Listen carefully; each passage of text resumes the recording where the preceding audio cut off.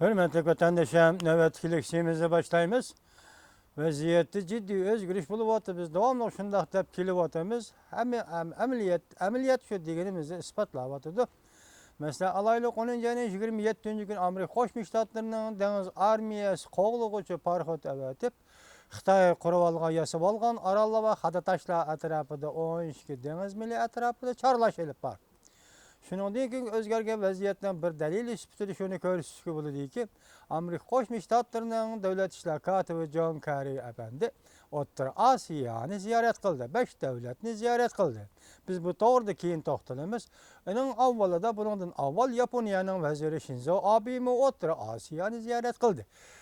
Vatandaşlarım dikkat kılıbatadiki 2012 yıldan başlap Amerika Qo'shma Shtatlari Afg'onistondan askar chekindirmoqchi bo'lgan edi.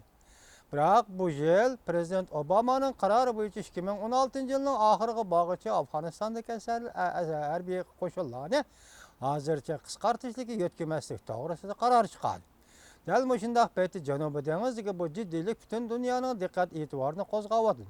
Shundaq paytda bugun biz mundaq bir mavzu ostida Amerika Jungo bilan sovuq munosabatlar urushining pardasini ko'tardi mavzuli xabar to'g'risida to'xtalamiz. Bu xabar 10 ayning 31 kuni David orbitida e'lon qilindi.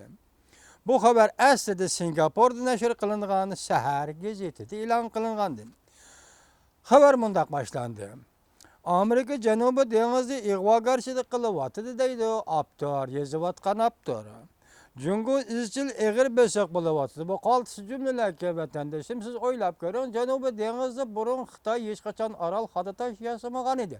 Bo'lib 2014-yildan boshlab bu Janubiy dengizda orol va Xadatashlarni yasab bu ya'ni nima qilyapti? Harbiylashtirmoqchi bo'lyapti. Bu Aptor buning qasddan ko'zini yumyapti. Lekin Jungoning o'zini tutib olishi Amerikaning xato harakatini to'sib qola olmadi. To'sibmi qololmadi. Yaqindan bir matbuotlar xabar e'lon qilib bunday ko'rsatdi.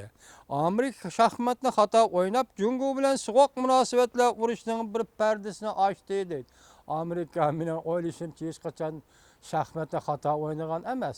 Bu qatim bu shaxmatni o'ynayman deb avval yo'l yurgan, yoki avval pechkisini oldiga chiqargan Jungo hukumat emasmi? Bu Janubiy dengizi yoki xalqaro qatnash yo'li, dengiz okean qatnash yo'li tavasida bu yerda harbiylashtirman, orol yasayman, Xadatash quraman degan Jungo o'zi to'sa. Bu yerda qandaqsa Amerika shaxmatda xato o'ynagan yoki to'g'ri o'ynagan bo'lib qoladi.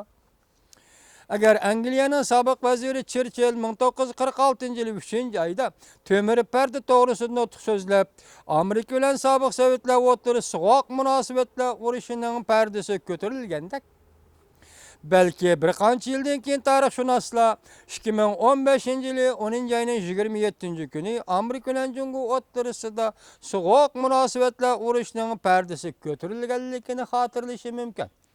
Tarixiy voqea sifatida yoki tarixiy bir izlash sifatida xotirlashi mumkin deydi Aptor. Bu balki to'g'ridir. Mesela 46-yili Churchill, sobiq vazir Churchill shunday degan bu sovuq munosabatlar urushi 50-yillarda yoki boshlangan bo'lsa, mesela bugün kuni kelgan Singapur Shahar gazetining Aptor yoki maqol yozuvchi Aptor nima deydi? 2015-yil 10 ayning 27 kuni Jungo bilan Amerika Qo'shma Shtatlari o'rtasida sovuq munosabatlar urushining pardasi ko'tarildi deydi.